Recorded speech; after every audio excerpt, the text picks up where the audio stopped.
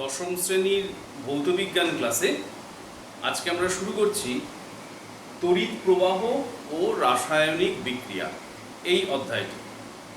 তাহলে এই অধ্যায়ের শুরুতেই আমাদের জেনে নিতে হবে তড়িৎ বিশ্লেষ্য পদার্থ কাকে বলে। তাহলে প্রথমে আমরা আলোচনা করছি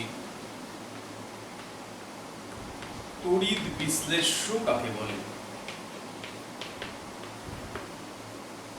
দেখো, যে সমস্ত যৌগ, আগে আমি বলে দিচ্ছি তারপরে পয়েন্টগুলো বোর্ডে লিখে দিচ্ছি, যে সমস্ত যৌগ গলিত বা কোনো উপযুক্ত দ্রাবকে দ্রবীভূত অবস্থায় আয়নে বিশ্লিষ্ট হয় এবং তার ফলে তারা তড়িৎ পরিবহন করতে পারে এবং তড়িৎ পরিবহন করার সময় তাদের রাসায়নিক পরিবর্তন ঘটে তারা নতুন ধর্মবিশিষ্ট পদার্থে উৎপন্ন করে। তাহলে সেই ধরনের পদার্থকে বলা হয় তড়িৎ বিশ্লেষ্য পদার্থ। তাহলে কি কি বললাম যদি আমরা পয়েন্ট আকারে সাজাই, তাহলে 1 নম্বর বললাম তড়িৎ বিশ্লেষ্য পদার্থ হবে কোনো যৌগ, এটা কিন্তু কোনো মৌল নয়। 2 নম্বর হচ্ছে গলিত বা দ্রবীভূত অবস্থায়।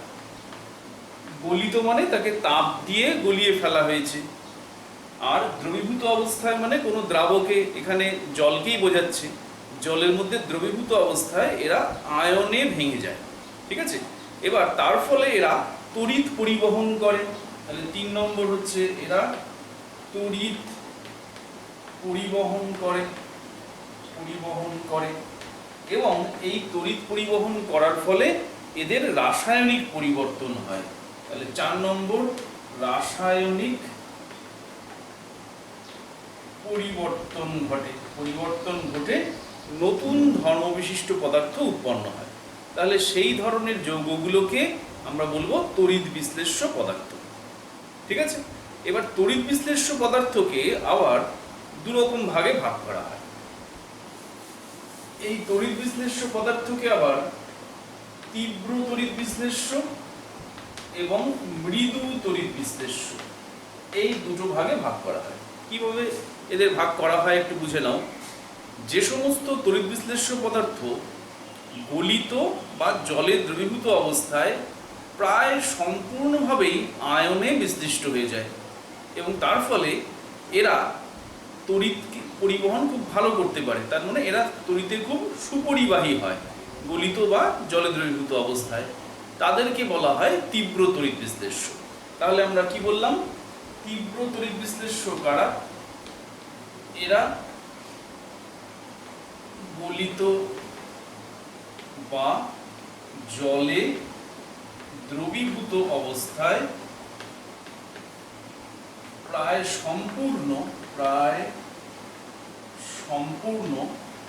আয়নে বিশ্লিষ্ট হয় এবং তার ফলে এদের তড়িৎ পরিবাহিতা অনেক বেশি হয়। তাহলে এই ধরনের পদার্থকে আমরা বলি তীব্র তড়িৎ বিশ্লেষ্য পদার্থ। এদের উদাহরণ কি দেখো, hydrochloric acid, sulphuric acid, nitric acid, এদেরকে আমরা খনিজ অ্যাসিড বলি। এই অ্যাসিডগুলো সবাই তীব্র তড়িৎ বিশ্লেষ্য। NaOH, KOH, এই ক্ষার, এরাও তীব্র তড়িৎ বিশ্লেষ্য। এছাড়া NaCl, KCl, কপার সালফেট, এই লবণগুলো তীব্র তড়িৎ বিশ্লেষ্য। তাহলে আমরা এখানে কিছু অ্যাসিড, কিছু ক্ষার এবং কিছু লবণের উদাহরণ দিলাম যারা তীব্র তড়িৎ বিশ্লেষ্যের শ্রেণী বিভাগে পড়বে। ঠিক আছে, এবার আমরা চলো জেনে নিই মৃদু তড়িৎ বিশ্লেষ্য কাদের বলা হয়। তাহলে এর উল্টোটা হবে যারা গলিত বা জলে দ্রবীভূত অবস্থায়। তাহলে আমরা এবার আলোচনা করছি মৃদু তড়িৎ বিশ্লেষ্য। যারা গলিত বা জলে দ্রবীভূত অবস্থায় কম সংখ্যক আয়নে বিশ্লিষ্ট হয়, তার মানে তাদের সবগুলো অণু আয়নে পরিণত হয় না। কিছু অণু আয়নে পরিণত হয়, বেশিরভাগটাই আয়নিত না হয়ে অণু অবস্থাতেই অবস্থান করে দ্রবণে, এবং তার ফলে এদের তড়িৎ পরিবাহিতা কম হয়। তাহলে এই ধরনের পদার্থকে বলা হবে মৃদু তড়িৎ বিশ্লেষ্য পদার্থ। তাহলে এদের উদাহরণ কি কি আমরা সেটাও জেনে নিই, তাদের কয়েকটা উদাহরণ দেখে নিই আমরা। যেমন ধরো অ্যাসিটিক অ্যাসিড, কার্বনিক অ্যাসিড, এটা তোমরা জানো জৈব অ্যাসিড, আর এটা অজৈব অ্যাসিড হলেও এগুলো মৃদু তড়িৎ বিশ্লেষ্য।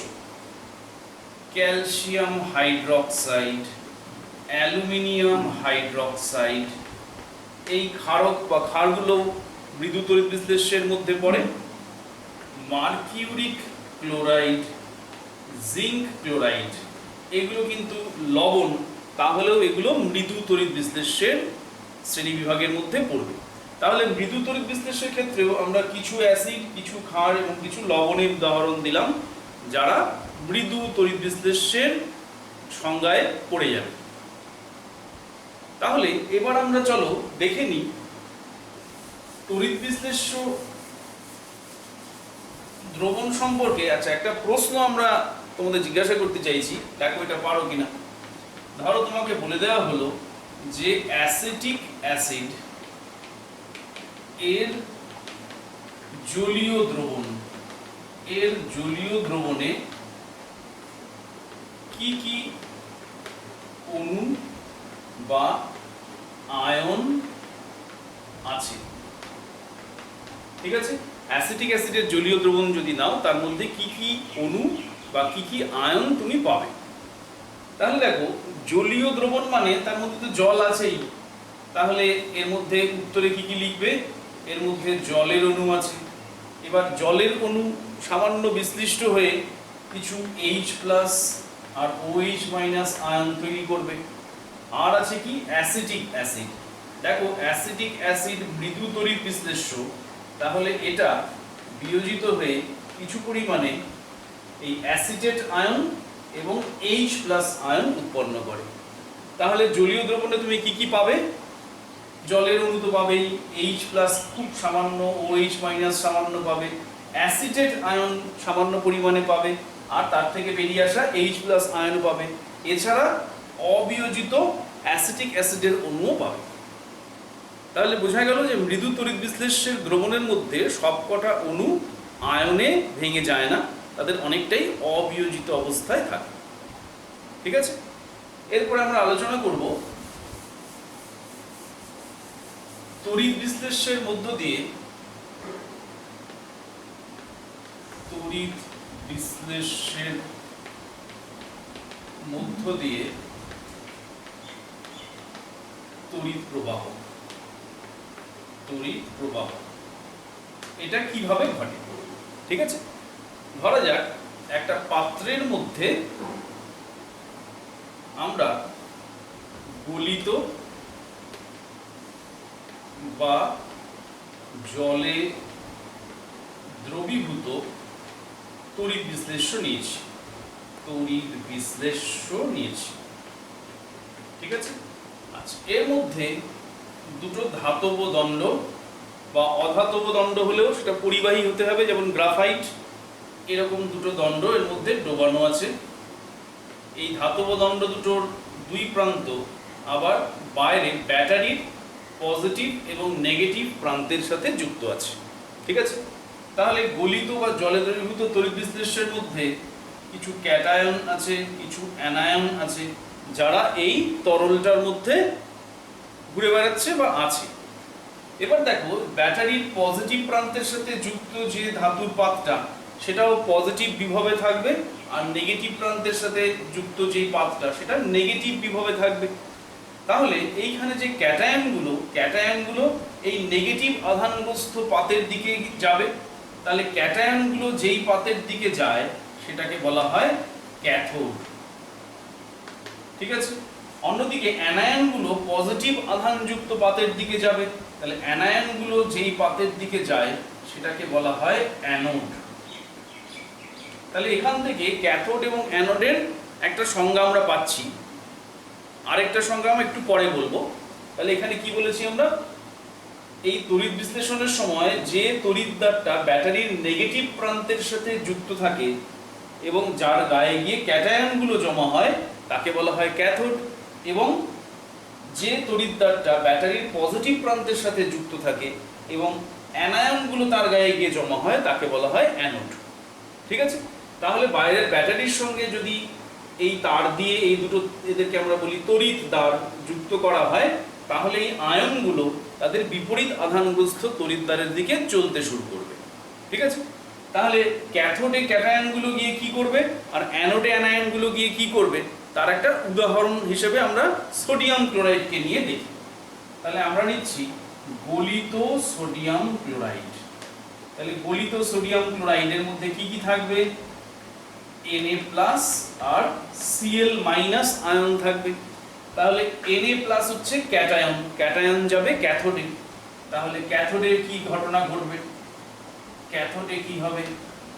Na+ যাবে গিয়ে ক্যাথোড যে ধাতু আছে সেই ধাতুর গায়ের থেকে এরা ইলেকট্রন গ্রহণ করবে। তাহলে ইলেকট্রন গ্রহণ করে সোডিয়াম পরমাণুতে পরিণত হবে এবং ক্যাথোডের গায়ে জমা হবে। এবং অ্যানোডে কি হবে? অ্যানায়ন মানে Cl- যাবে গিয়ে অ্যানোডের গায়ে ইলেকট্রন ছেড়ে দেবে, দিয়ে প্রসম ক্লোরিন পরমাণু হবে এবং দুটো ক্লোরিন পরমাণু থেকে Cl2 গ্যাস তৈরি হবে। তাহলে ক্যাথোডে সোডিয়াম জমা হবে এবং অ্যানোডে ক্লোরিন গ্যাস উৎপন্ন হবে। আচ্ছা, এখানে একটা জিনিস লক্ষ্য করো, ক্যাথোডে কি ঘটনা ঘটছে? Na+ ইলেকট্রন গ্রহণ করছে। ইলেকট্রন গ্রহণ করা মানে আমরা জানি বিজারণ। তাহলে এটা মাথায় রেখো, ক্যাথোডে বিজারণ ঘটে, ক্যাথোডে বিজারণ ঘটে। আর অ্যানোডে Cl- গিয়ে ইলেকট্রন ছেড়ে দিচ্ছে, তাহলে ইলেকট্রন ছেড়ে দেওয়া মানে জারণ। তাহলে আমরা বলতে পারি অ্যানোডে জারণ ঘটছে।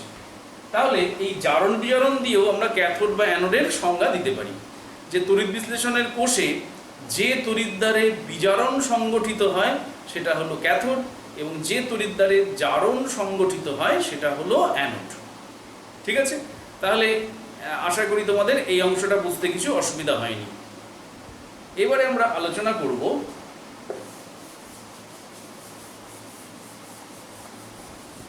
দেখো ধাতুও তড়িৎ পরিবহন করে, আবার এই তড়িৎ বিশ্লেষ্য পদার্থও তড়িৎ পরিবহন করে। তাহলে এই দুটোর মধ্যে কি পার্থক্য আছে সেটা আমরা এবার আলোচনা করি। তাহলে খাতায় যারা লিখছো তারা এইভাবে ছক বানিয়ে নাও, বাঁ দিকে ধাতু, ডান দিকে তড়িৎ বিশ্লেষ্য। দেখবে এর পার্থক্য তোমরা নিজেরা ভাবলেই বলে দিতে পারবে, একটু চিন্তা করলেই। এটা মুখস্থ করার মতন কিছু নয়, এটা তোমরা নিজেরাই ভেবে ভেবে লিখে দিতে পারবে। দেখো 1 নম্বর পয়েন্ট, ধাতু জানো তোমরা যে তোমাদের বাড়িতে যে তড়িৎ প্রবাহ আসছে সেটা কিসের মধ্য দিয়ে আসছে? ধাতব তারের মধ্য দিয়ে আসছে। তাহলে তারটার ভৌত অবস্থা কি? কঠিন। তাহলে ধাতু কঠিন অবস্থাতেই তড়িৎ পরিবহন করে। কিছু ব্যতিক্রম আছে, যেমন ধরো পারদ, সেটা তো স্বাভাবিক অবস্থায় বা ঘরের উষ্ণতায় তরল, এই সেটা তরল অবস্থায় তড়িৎ পরিবহন করে। তাহলে ধাতু সাধারণত কঠিন অবস্থায় তড়িৎ পরিবহন করে। ঠিক আছে, তড়িৎ বিশ্লেষ্য কি হবে? তড়িৎ বিশ্লেষ্য গলিত বা দ্রবীভূত অবস্থায় তড়িৎ পরিবহন করে। তাহলে প্রথম পার্থক্য খুব সোজা, এটা মনে রাখার কোনো অসুবিধা নেই যে ধাতু তড়িৎ পরিবহন করে, তার স্বাভাবিক অবস্থা কঠিন, সেই কঠিন অবস্থাতেই তড়িৎ পরিবহন করে। আর তড়িৎ বিশ্লেষ্য পদার্থ গলিত বা দ্রবীভূত অবস্থায় তড়িৎ পরিবহন করে। এটা কিন্তু কঠিন অবস্থায় করতে পারে না। কেন? কঠিন অবস্থায় আয়নগুলো নাড়াচাড়া করতে পারে না।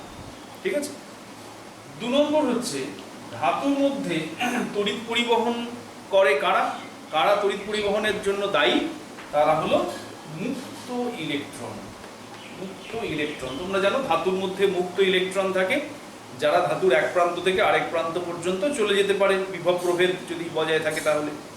আর তড়িৎ বিশ্লেষ্য পদার্থের ক্ষেত্রে তড়িৎ পরিবহন করে আয়ন, তার মানে ক্যাটায়ন, ক্যাটায়ন বা ক্যাটায়ন এবং অ্যানায়ন। তাহলে এদের ক্ষেত্রে মুক্ত ইলেকট্রন তড়িৎ পরিবহন করে, আর এদের ক্ষেত্রে ক্যাটায়ন বা অ্যানায়ন, ক্যাটায়ন ও অ্যানায়ন তড়িৎ পরিবহন করে। ঠিক আছে, 3 নম্বর পয়েন্ট, দেখো ধাতুর মধ্য দিয়ে যখন তড়িৎ প্রবাহ ঘটে, তড়িৎ প্রবাহ বন্ধ হয়ে গেলে কিন্তু আবার ধাতু আগের অবস্থাতেই ফিরে আসে। তড়িৎ প্রবাহ চলার সময় হয়তো কখনো কখনো গরম হয়ে ওঠে, কখনো আলো বিকিরণ করে, কিন্তু এগুলো সবই ভৌত পরিবর্তন। তড়িৎ প্রবাহ বন্ধ করে দিলে ধাতুকে আবার আগের অবস্থাতেই ফিরে পাওয়া যায়। তাহলে তড়িৎ পরিবহনের ফলে এদের ভৌত পরিবর্তন ঘটে, ভৌত পরিবর্তন ঘটে। ঠিক আছে? তড়িৎ বিশ্লেষ্য পদার্থের মধ্য দিয়ে তড়িৎ প্রবাহ গেলে কিন্তু তার রাসায়নিক পরিবর্তন ঘটে। একটু আগে আমরা যে উদাহরণ দিলাম, সোডিয়াম ক্লোরাইডকে গলিত অবস্থায় নিয়ে তড়িৎ পরিবহন করলে তার ফলে সোডিয়াম এবং ক্লোরিন উৎপন্ন হয়, তাহলে এর রাসায়নিক পরিবর্তন ঘটে। তাহলে এক্ষেত্রে রাসায়নিক পরিবর্তন।